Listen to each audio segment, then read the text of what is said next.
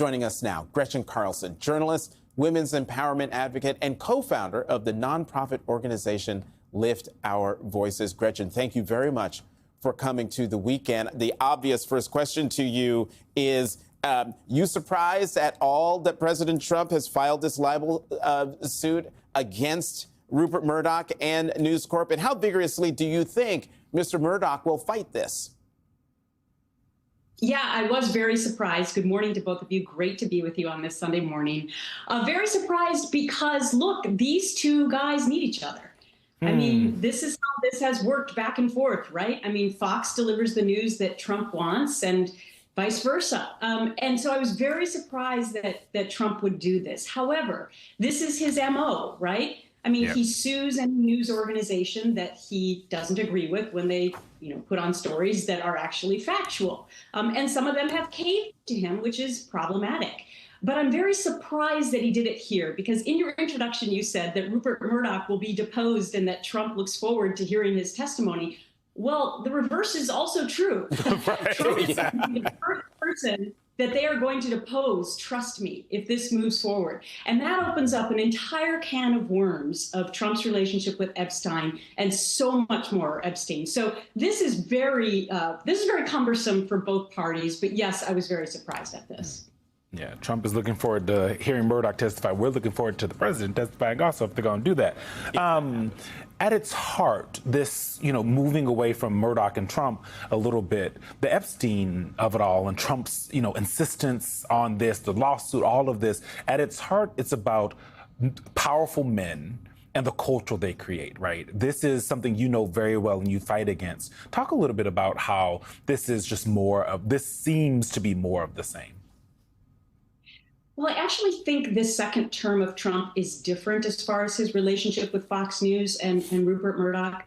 I can tell you factually that in 2016, when Trump was first the candidate, he was not Fox News's first pick to be the Republican nominee. And that wrangled people higher up in Fox. I can pretty much assure you that the second time around, he was also not their pick, because it creates huge problems for them.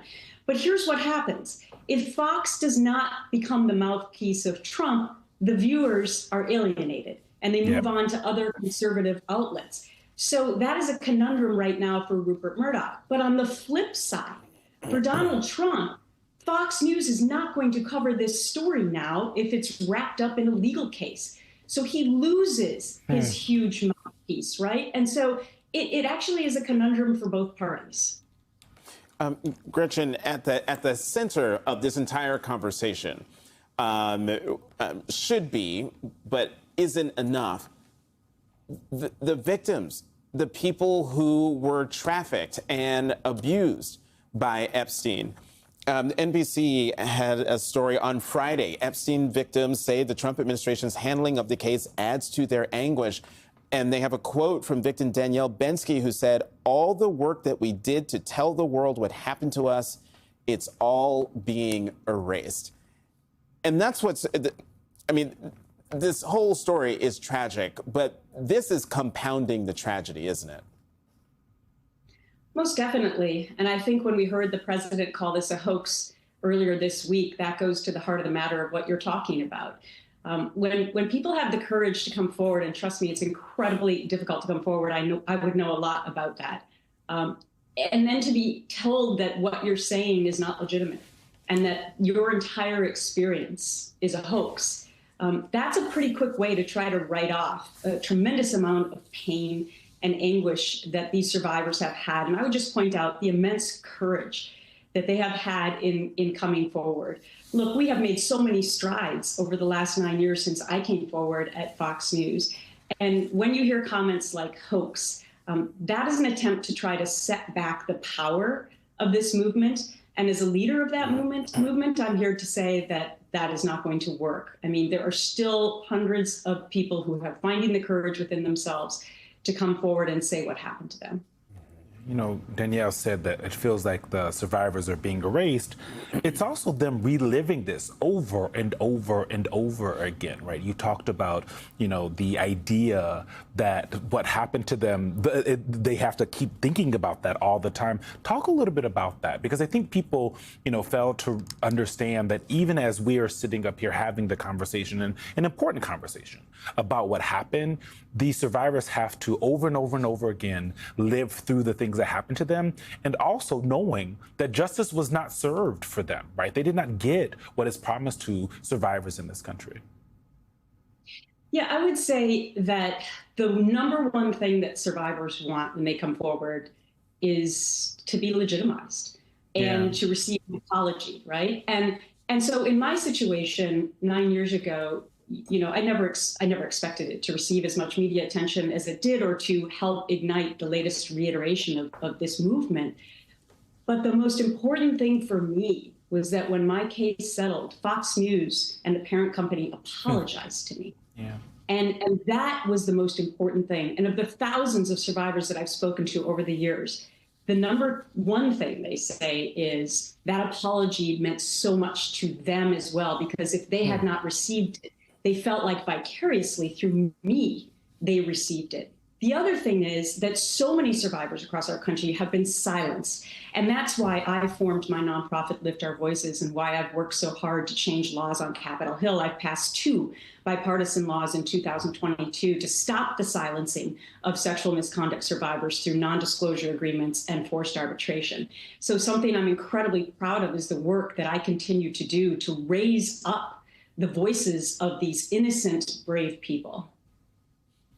Gretchen, any reaction, any talk on Capitol Hill for the work that you're doing? I mean, back then it seemed like everyone was talking about it, and now I'm just wondering if there is even an appetite among people on Capitol Hill to hear what you're talking about, what you're saying, and to do something, because there's still more work to be done for survivors.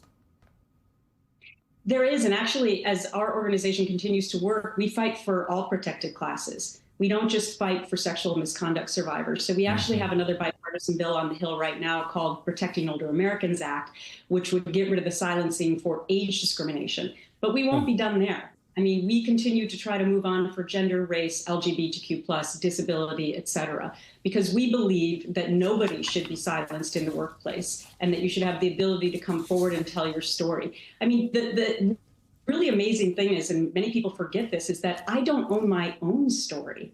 There's been a big movie about my life. There's been a miniseries made about what happened to me at Fox, and I couldn't participate in any of that. Those are not my movies or productions, because I don't own my own voice. I may never own my own story, but that's why I work so hard every day to make sure other people do.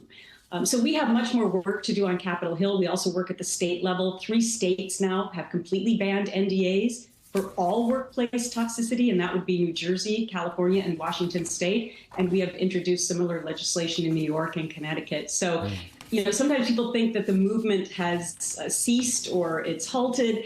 And every day I wake up with the glass half full, because I continue to work to make sure that it has not. Gretchen Carlson, nonprofit organization co-founder, Lift Our Voices. Thank you so much for coming on, and good luck to you.